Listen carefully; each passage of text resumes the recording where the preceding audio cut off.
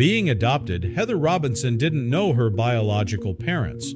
All she knew were vague details about her mother dying as a teenager.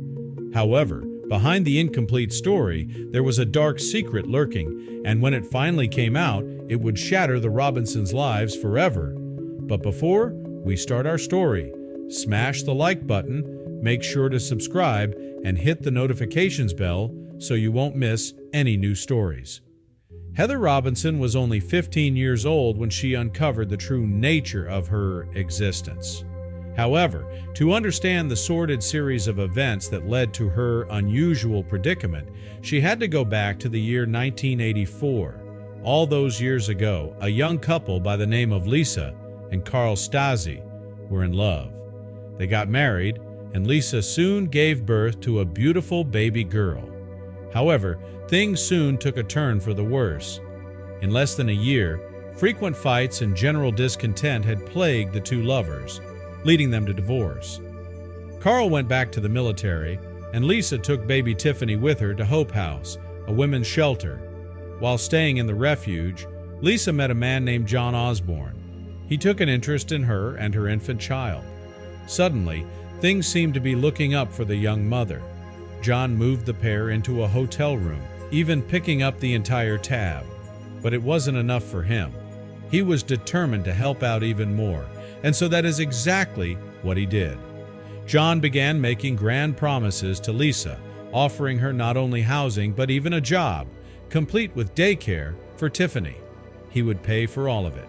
Some close to Lisa were suspicious of this strange caretaker's motives. Lisa's sister-in-law was wary of John. She believed he had to have an ulterior agenda that he wasn't sharing.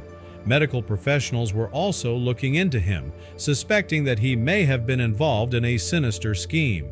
Alarm bells went off for staff at Truman Medical Center when John asked to be connected with young white mothers. He claimed to be affiliated with the church, but they suspected he was a baby broker looking for infants to sell. Adding to concern was the fact that John was only interested in finding white babies, a common characteristic of such schemes. Lisa had no idea that at the very moment she was getting closer to this man, experts were accusing him of grave crimes. On January 8, 1985, Lisa paid a visit to her sister-in-law Kathy's house. The next day, John arrived and took her, along with Tiffany, back to the hotel. This would be the last time the 19-year-old mom was seen. She was heard from once more, though.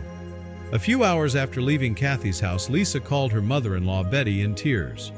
Through sobs, she told her she was worried that she didn't trust her to parent Tiffany and was trying to gain custody of her. Betty assured her this wasn't true, but what Lisa said next was even more alarming. She informed Betty that John had told her to sign blank documents. Then, settling down, Lisa said, "Here they come now." And the line went dead. And just like that, she was gone. Shortly after her disappearance, however, family members began receiving strange letters from Lisa, informing them that she'd run away to start a new life. Something was incredibly off, though. People close to her noted that the letters were typed, not handwritten. This was suspicious, as Lisa was not a good enough typist to have been able to write them by herself. Then one of Lisa's relatives discovered something even more concerning. The hotel room Lisa stayed in had indeed been paid for by someone named John, but the benefactor's last name was Robinson, not Osborne, as he had led everyone to believe. The weeks stretched on, and still no one had heard from Lisa. Then finally, 2 months after her disappearance, John spoke to the police. He told them that Lisa was alive and well, and had found a babysitting job in an undisclosed location. Lisa's family longed to know what had happened to her, but they wouldn't receive any closure until a break in the case years later. In 2000, John Robinson was convicted of sexual assault as well as of stealing a woman's sex toys. This was enough to allow law enforcement to search John's house. What they uncovered was an unholy sight, straight out of a horror movie. Hidden in the compound were the remains of 2 women. Next, they tackled the killer's storage unit. To their shock and horror, police found the bodies of 3 more women that John had murdered. However, there was still no sign of Lisa Stasi. Unfortunately, although she was presumed dead, there would be no solid answers for Lisa's family in terms of what truly happened to her. They would, however, finally discover what had become of her daughter Tiffany. For Tiffany's new identity was now Heather Robinson. After presumably killing her mother, John gave the infant to his brother and his wife, who had been looking to adopt a baby. The two had no idea the adoption wasn't completely legit.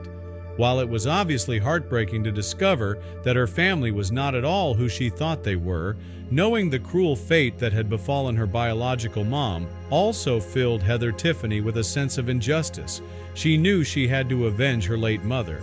This is why Robinson founded the Lisa Stasi Effect, a group dedicated to helping others who survive trauma, violent crimes, or simply feel like they don't belong. She wanted to right the many wrongs committed in family law for generations. She knew there were victims like herself who never got any justice. There was case of Georgia Tan, who was born in July of 1891 in rural Mississippi. She was fairly unusual as a child, as she wished to study law, but her powerful father was a lawyer, and she wanted to follow in his footsteps. And with help from her dad, she ended up passing the bar exam. However, her father refused to allow her to actually work, as the position was traditionally reserved for men. Unmarried, she couldn't be a housewife like most women back then.